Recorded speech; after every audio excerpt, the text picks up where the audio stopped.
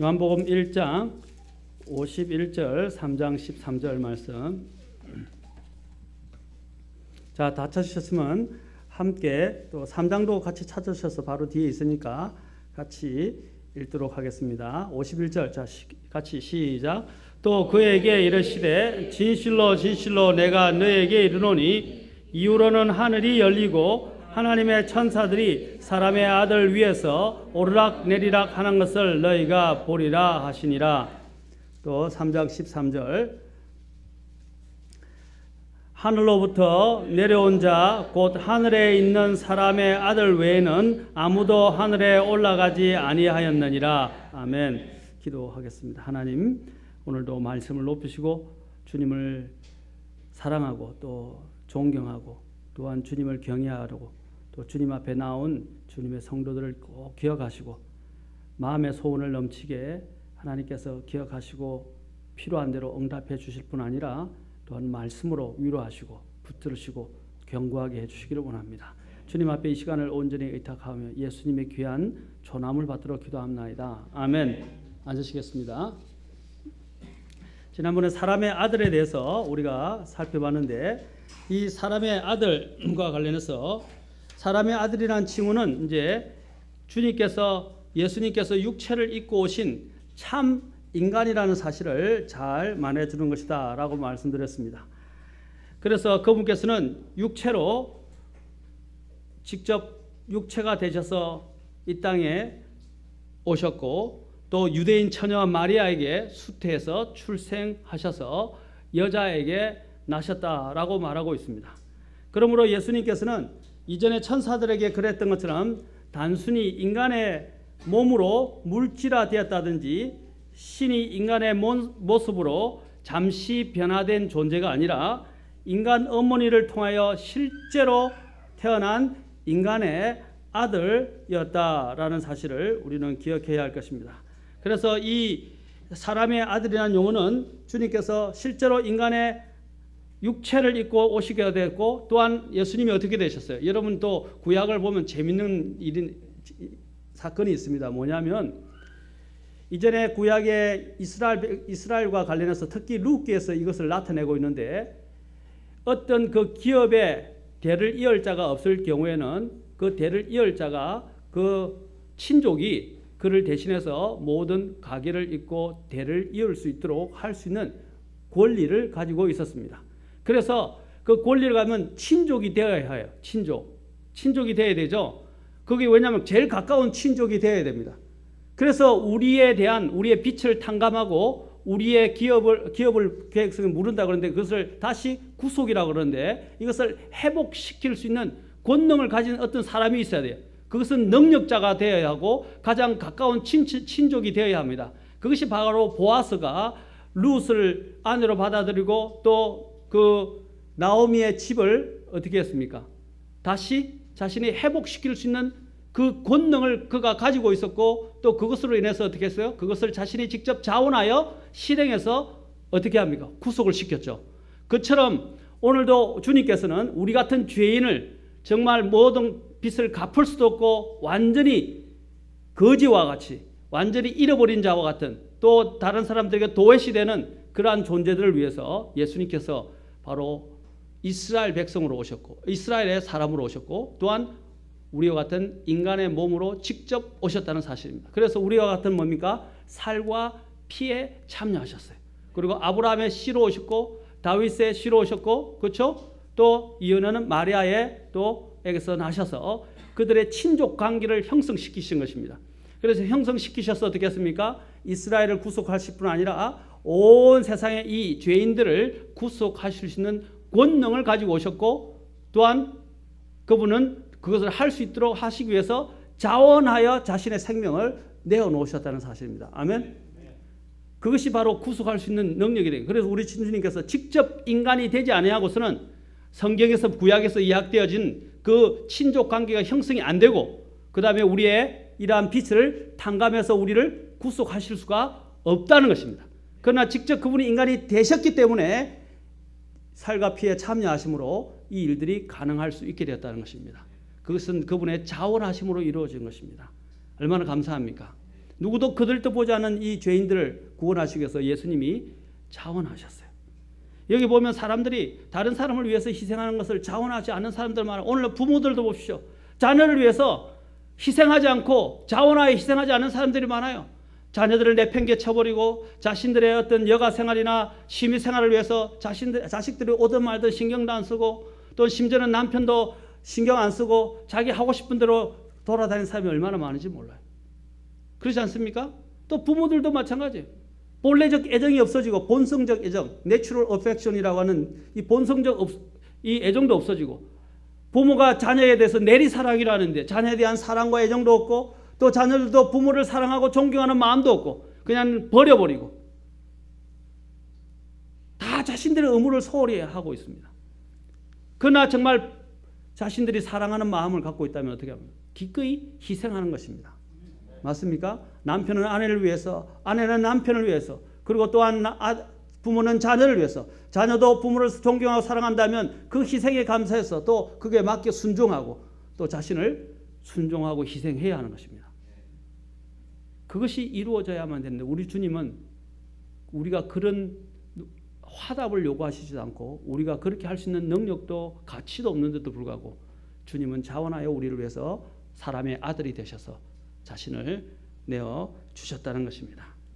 그래서 우리의 친족이 되셨고 또 그것은 바로 구약의 그림자인 것입니다. 레위기 25장 25절이라든지 35장 19절에 민수기 35장 19절에 바로 아까 제가 말씀드린 이런 내용들이 잘 나타나 있습니다.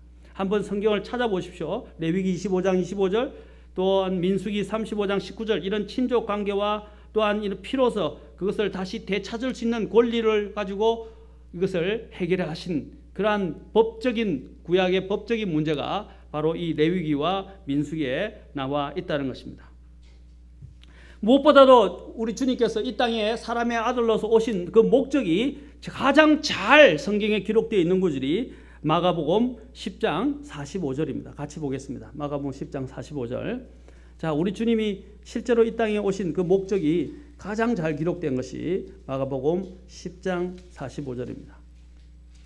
자, 10장 45절에 이렇게 기록되어 있습니다. 사람의 아들은 섬김을 받으러 오지 아니하고 도리어 섬기며 자기 생명을 많은 사람의 대속물로 주려고 왔느니라 하시니라.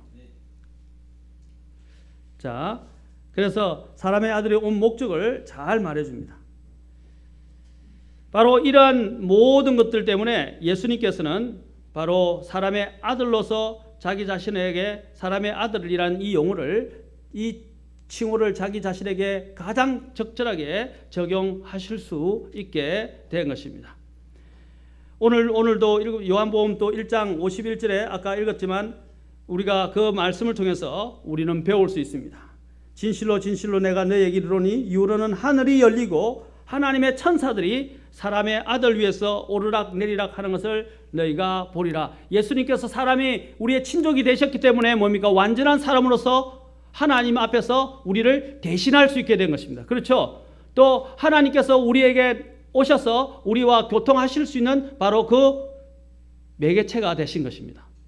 바로 중보자가 되신 거예요. 오늘 여기서 바로 이 말씀은 사람의 아들이 중보자로서 살 수 있다는 것입니다. 원래 하나님과 사람은 같이 살도록 창조되었지만, 그렇죠? 교제하며 살도록 창조되었지만 죄가 이것을 갈라놓았어요. 그래서 죄인된 인간이 이제 하나님을 볼 수도 없고 또 하나님께 갈 수도 없게 되었습니다. 맞습니까? 이 끊어진 이 다리 갭을 누가 메꿔줬냐면 바로 사닥다리가 됐다고, 영적 사닥다리라고 할 수 있는 바로 예수님께서 사닥다리가 되어주셔서 어떻게 합니까? 하나님과 우리 사이를 연결시켜주는 바로 중재자가 되신 것입니다. 바로 그분만이 우리를 위한 중재자이신 것입니다. 그래서 아까 요한복음 3장 14절과 15절에서 예수님께서 이 중재자가 되시기 위해서는 또 이 신족으로서 피값을 물고 그것을 되찾기 위해서는 어떻게 해야 됩니까? 피의 관계가 있어야 되는데 이 피값을 예수님께서 자신이 직접 지불하심으로써 이것을 해결하셨고 또 인간의 살과 피에 직접 참여하심으로써 그런 관계를 다시 같이 형성시켰던 것입니다. 그래서 요한복음 3장 14절과 15절에 이 일들이 가능하게 된 것입니다. 모세가 광야에서 뱀을 든 것 같이 사람의 아들도 반드시 들려야 하리니 이것은 누구든지 그를 믿는 자는 멸망하지 않고 영원한 생명을 얻게 하려 하심이라. 아멘이라. 모세가 광야에서 뱀을 든 것 같이 사람의 아들도 뭐라고 그랬어요? 들려야 한다 그랬어요. 바로 그 죄값을 지불하기 위해서 예수님이 피를 흘리시고 죽으셔야 했다라는 것을 여기서 잘 말해주고 있습니다. 자, 이것은 단지 예수님이 그냥 한 인간이라고만 말하는 것이 아닙니다. 예수님께서는 오늘 여기서 아까 하늘에 있는 사람 외에는 이라고 말씀하셨죠. 우리가 읽었던 본문에서 맞습니까? 자, 아까 3장 13절 보십시오. 요한복음 3장 13절이 굉장히 중요한 구절입니다. 3장 13절에서 예수님께서 말씀하시기를 하늘로부터 내려온 자라고 말하고 있어요. 그리고 또 뭐라고 13절 잘 보십시오. 킹제임스 성경을 보면 여러분이 놀라운 것을 여기서 보게 됩니다. 또 하늘에 계신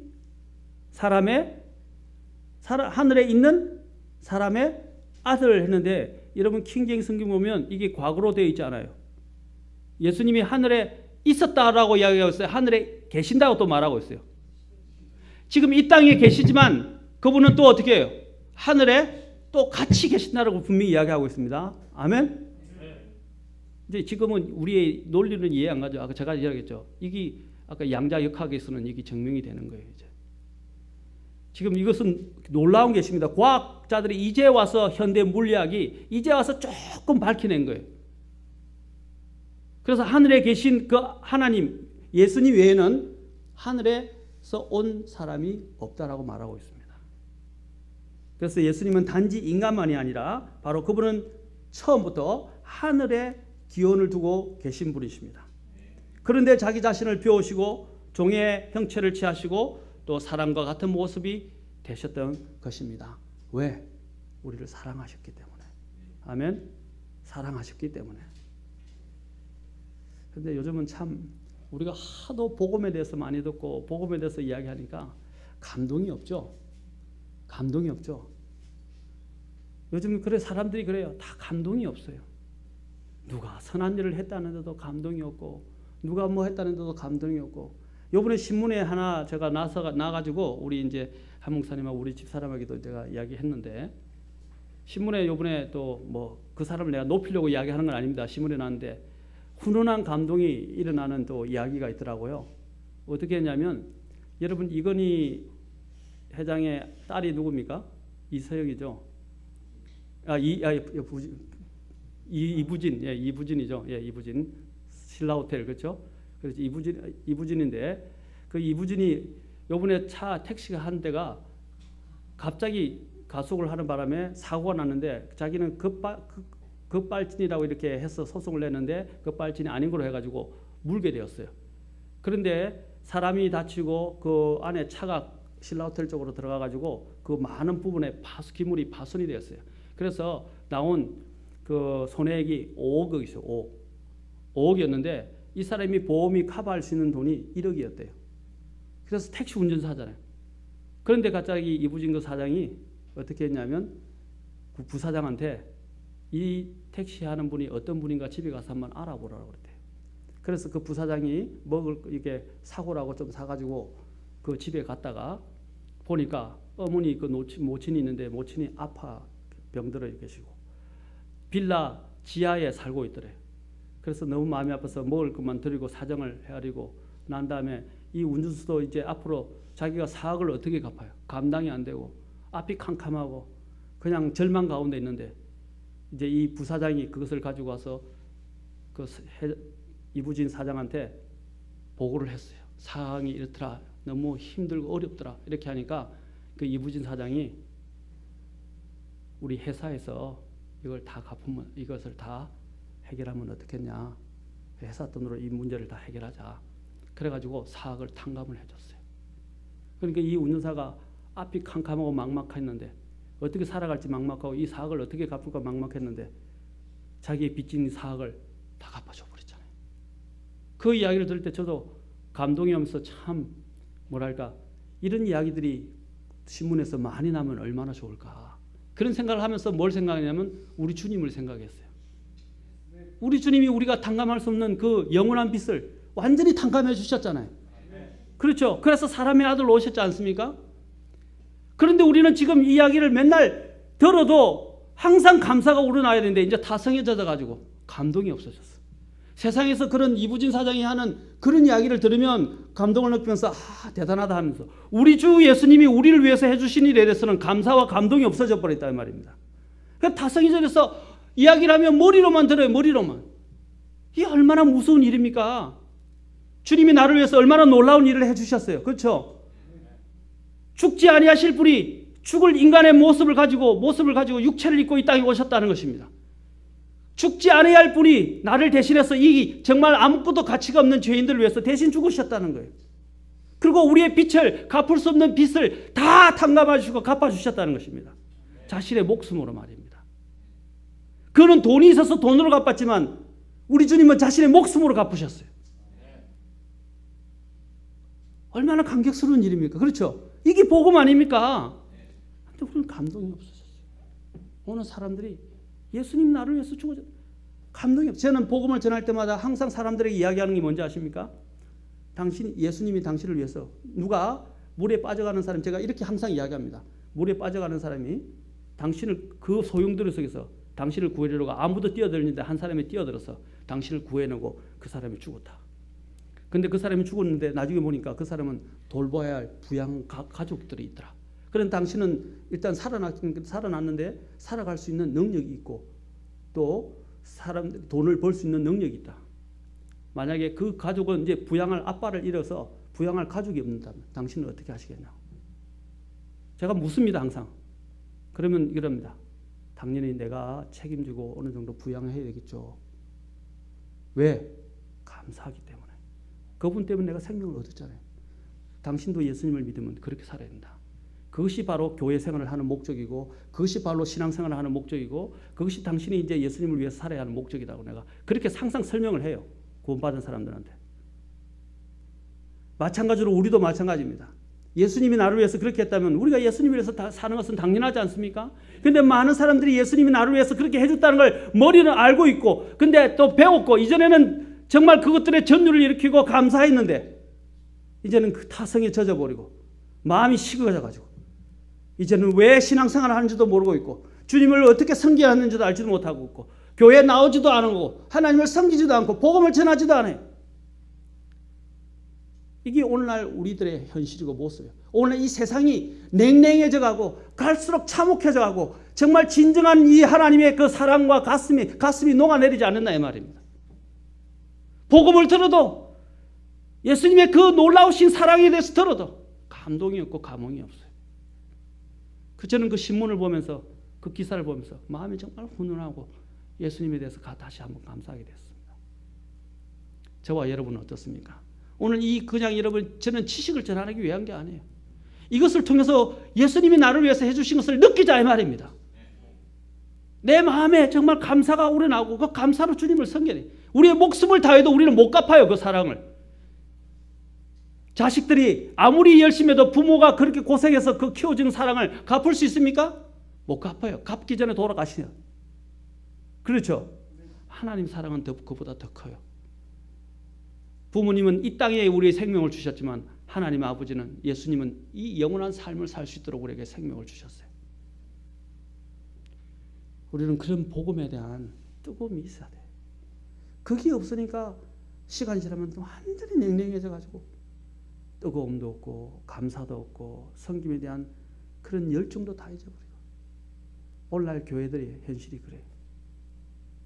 오늘 제가 다음에 이제 설교 계속 오전 예배에 맞춰서 계속 설교하려 하지만 요즘 대형 교회들 말도 못합니다. 제가 대형 교회들 다야 지금 여기 있는 이름 거명하는 대형 교회들은요 지금 난장판입니다. 다. 지금 왜 이렇게 됐습니까? 제가 그들을 일부러 거론하고 싶지도 않아요. 저와 그들을 차별하기 위해서도 아니에요. 저도 부족해요. 그는 왜 이렇게 되어갔습니까? 정치판이 되고 완전히 노름판이 되고 사리사욕을 위한 장소가 되고 권리와 이권 다툼이 난무하고 부정이 난무하고 불법이 난무하고 대형교회들 하나같이 제대로 우리나라 대형교회 지금 다 쓰러져요. 사탄이 역사하는 겁니다. 사랑하는 성도 여러분, 복음에 대한 그 진정성 그리고 복음에 대한 뜨거움을 잃어버릴 때, 가치를 잃어버릴 때 우리 또한 마찬가지입니다. 죽는 겁니다. 사랑하는 성도 여러분, 항상 예수님을 생각할 때마다 가슴이 벅차 올라야 돼요. 그리고 감사해야 돼요. 아멘 아멘이 나와야 돼요. 아멘. 어떤 사람이, 제가 이제 설교 뭐 계속 나가는 것보다 더 중요한 것은, 어떤 사람이 한 번은 와가지고 우리 한 자매가 결혼하려고 해서, 자매 한 사람이 결혼하려고, 형제를 한 사람이라고 데리고 왔어요. 기성 교회에 다니는 사람이었어요. 저는 기성 교회에 다니는 사람하고 만나서 결혼하기를 원하지 않는데, 이제 어쨌든 하도 신랑감이 없어서 데려왔더라고.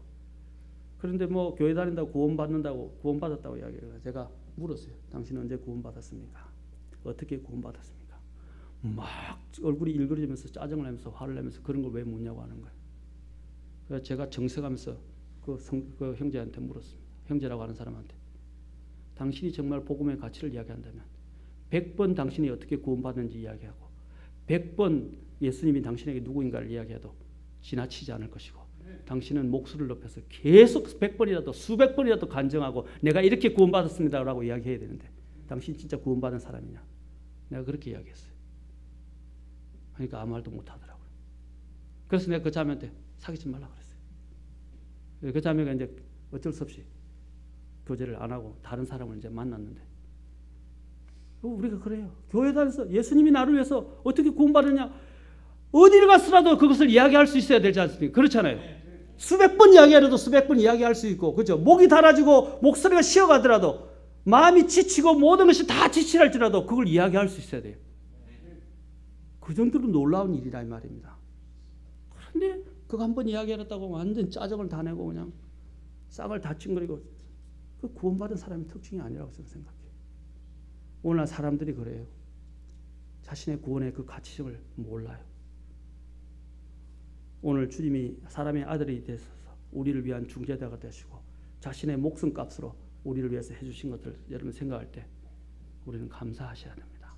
늘 마음이 벅차오르고 감격해야 되고 감동의 물결이 차올라야 돼요. 자, 그 다음에 또한 예수님은 사람의 아들로서 모든 권능을 소유하신 통치자이심을 나타내 줍니다. 사람의 아들이라는 이 명칭은 예수 그리스도가 죄와 죽음의 속박에서 인류를 구속할 능력을 지닌 인류의 위대한 친족임을 밝혀준과 아울러 그분이 위대한 성취자이자 그것을 성취하신 유일한 분이시죠. 그렇죠? 그리고 또한 통치자이심을 밝혀 보여주고 있습니다. 우리 아까 읽었던 레위기를 한번 가서 읽어봅시다. 레위기 25장, 아까 25절이었는데 25절과 함께 48절. 자, 레위기 25장 48절. 그러니까 25절은 제가 이야기한 그 값을 물으는 것과 관련되어 있습니다. 구속하는 것. 만일 25절을 보겠습니다. 만일 내 형제가 가난하게 되어 자기 소유를 중 얼마를 팔았는데 그의 친족 중 하나가 와서 그것을 물으려거든 그는 자기 형제가 판 것을 물을 것이요. 그렇죠? 만일 그 사람에게 그것을 물을 사람이 없고 그 사람 자신이 그것을 물을 힘이 있거든 그는 그것을 판 횟수를 세어 자기가 그것을 판 사람에게 그 남은 것을 돌려주고 자기는 자기 소유로 돌아갈 것이니라. 그러나 그가 그것을 자기에게로 되돌릴 능력이 없다면 그 판 것이 희년이 이를 때까지 그것을 산 자의 손에 있다가 희년에 돌아가리니 그가 자기 소유로 돌아갈 것이니라. 자, 여기서 25절에서 이야기하고 그 다음에 제가 지금 이야기하는 부분은 48절에 보겠습니다. 48절에 팔린 뒤에 그를 다시 속량할 수 있나니 그의 형제들 중 하나가 그를 속량할 것이니라. 자, 속량한다고 그랬죠. 그래서 이렇게 주님이 그것을 실제로 속량하면서 성취할 수 있는 유일한 분이시고 또한 통치권자임을 우리에게 잘 말해주고 있습니다.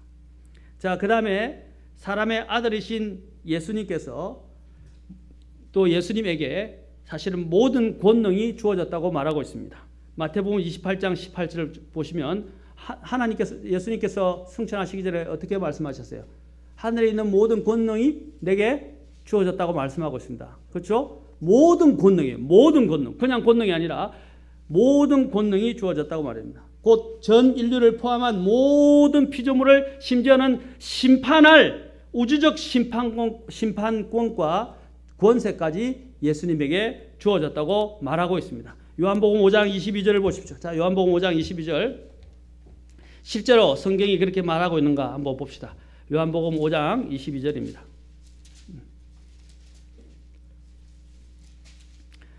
아버지께서 아무도 심판하지 아니하시고 오히려 모든 심판을 누구에게? 아들에게 맡기셨다 그랬어요. 아들에게 맡기셨나니. 아멘. 사도행전 17장 31절 또 같이 한번 보겠습니다. 사도행전 17장 31절. 이는 그분께서 한 날을 정하사 그 날에 자신이 정하신 그 사람 누굽니까? 예수님을 통하여 세상을 의로 심판하실 터이기 때문이라. 그분께서 그 사람을 죽은 자들로부터 살리심으로써 모든 사람에게 그 일에 대한 확신을 주셨느니라. 자, 예수님께서는 이미 그분께서 장래에 우주의 왕으로서 죽은 자와 산 자를 심판하려고 심판의 왕자에 앉으실 것을 또한 성경은 말하고 있습니다. 사람의 아들로서 마태복음 25장 31절 가보겠습니다. 마태복음 25장 31절.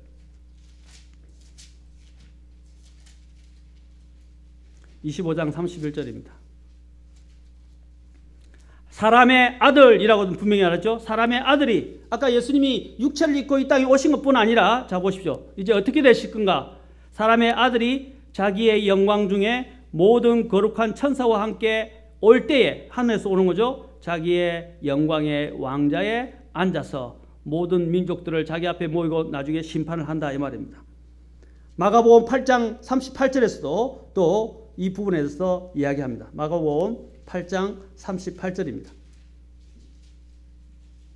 그러므로 누구든지 이 음란하고 죄 많은 세대에서 나와 내 말들을 부끄러워하면 사람의 아들도 자기 아버지의 영광 중에 사람의 아들이라고 되어 있죠. 자기 아버지의 영광 중에 거룩한 천사들과 함께 올 때에 그를 부끄러워하리라 하시니라. 예수님은 왕자에 앉아서 심판하실 바로 그분이라고 말하고 있습니다. 그 심판권도 그분에게 주어주셨어요. 자, 그러면 마지막으로 인간 관계들과 연관된 사람의 아들로서의 칭호에 대해서 우리 오늘은 그냥 여기까지 하시죠. 여기까지 하면 또 시간이 훨씬 길어질 것 같아서 이제 아브라함의 아들로서 또 다윗의 아들, 그 다음에 요셉의 아들, 그 다음에 마리아의 아들로서 예수님이 사람의 아들로서 관계에 있는 인간관계에 관련해서 여러분들과 함께 말씀을 통해서 계속해서 다음 시간에 나누겠습니다. 수요일 날은 가능하면 좀 짧게 하려고 그래요. 그래서 굵고 짧게, 그렇죠? 그래서 딱 마음에 남을 수 있도록 그렇게 하도록 하겠습니다.